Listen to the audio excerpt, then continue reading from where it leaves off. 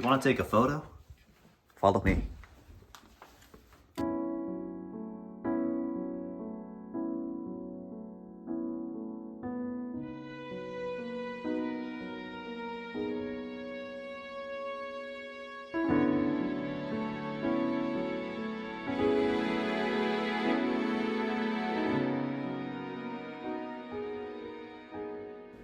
The first step is to plan ahead. If you have an idea of what you want to take a photo of, it's good to plan accordingly. Make sure that you have the right time of day and that you're in the right place. If you're taking wildlife photography, make sure that you know what you're looking for and where to go. Additionally, make sure you're allowed to be there. Uh-oh, you can't go there. That's private property. It's important to note that not all photos are going to be planned. Some of my best photos have been spontaneous, candid photos. If a moment catches your eye, take your chance. It's actually not illegal to take photos of someone without their permission, so long as they don't have a reasonable expectation of privacy. Photos of people inside their house are more iffy, however. Don't take photos of people where you wouldn't want to be photographed. Everywhere else, though, is fair game. As long as you are not impeding the normal flow of life or disrespecting someone's wishes, you can take photos of whatever. There are two main types of professional cameras, DSLR or mirrorless. The specific discrepancies between each type don't matter too much for a beginner. The main difference is that one has an internal mirror and the other doesn't, and that their lenses are not interchangeable. Either way, as a beginner, what really matters is what you are comfortable buying to get into photography. Now, when you get your camera, you might be tempted to put the dial on auto, but in order to get the pictures to come out just how you want them, set it to manual. Before you do that, though, you have to understand the parts of a camera and how to adjust them in unison to achieve the look that you want. ISO, or image sensor optical, adjusts the sensitivity of the camera to light. The lower it's set, the less sensitive it is. Be wary of turning this all the way up at night, though. Higher ISO introduces more grain or digital noise into your photo, diminishing its quality.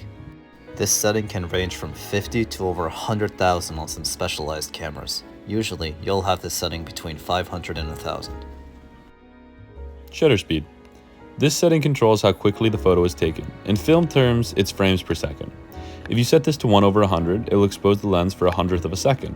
This is a pretty typical speed. The higher the speed, the less blur you will have, while you will have less light as the length of exposure approaches 0. The lower the speed, the more blurred, and the more light you can capture. Long exposure is a technique that lowers the shutter speed to seconds, giving a glimpse of the passage of time. You'll want to counteract the light you get from this by lowering the ISO. Conversely, at a higher shutter speed, for example, sports photography, you want to raise the ISO, but there's another setting to adjust for light. Aperture, measured in f-stops, controls the dilation of the lens, allowing more or less light to come in. The higher your aperture, the less light allowed in, and vice versa. The very first cameras were those of pinhole lenses, which allowed only a select amount of light to be captured over a long period of time. The aperture also controls the depth of field of your photo. Do you want only the subject to be in focus, or the entire landscape? The depth of field means what is blurry and how blurry it is. A shallower depth of field means that the part of the photo that's not in focus will be more blurry than the rest of the photo. In comparison, a deep depth of field means that everything is in focus. By changing your focal point, you can also change where and what exactly is blurred to get your desired look. Playing with this can add that extra something to your photos that you always thought was missing. Using the flash. On most digital cameras, the flash button looks like a lightning bolt with an arrow pointing down. You should be mindful of the flash feature. Be careful that in public areas, it will also startle wildlife. In these situations, you should stick with a combination of the above-mentioned settings. A good time to use the flash would be when taking portraits to add more light to the subject, or at nighttime when you are trying to take a photo at a close distance and need the extra light. Now, at night, it will not work from a distance, but for things no more than 12 feet away, it works very well. Composition is the layout of the photo. What that means is that it is the organization and theory behind photography. For example, there is the rule of thirds, which is an imaginary grid on every photo. This grid divides the photo into thirds both horizontally and vertically. This helps in numerous ways, such as deciding where your subject lies in the photo. For example, at the points of intersection are great places to put the focus of your photo. The grid itself also helps make sure light and dark are evenly balanced and ensures your fore, mid, and background are also balanced by giving you something to reference. Most versed photographers have this grid ingrained in their memory, but most cameras also have an option to display it on the camera for beginners. There are also more theoretical things like leading lines, which are lines found in your photo that lead to the subject, a railing leading to a sign, or a sidewalk curving to meet a building.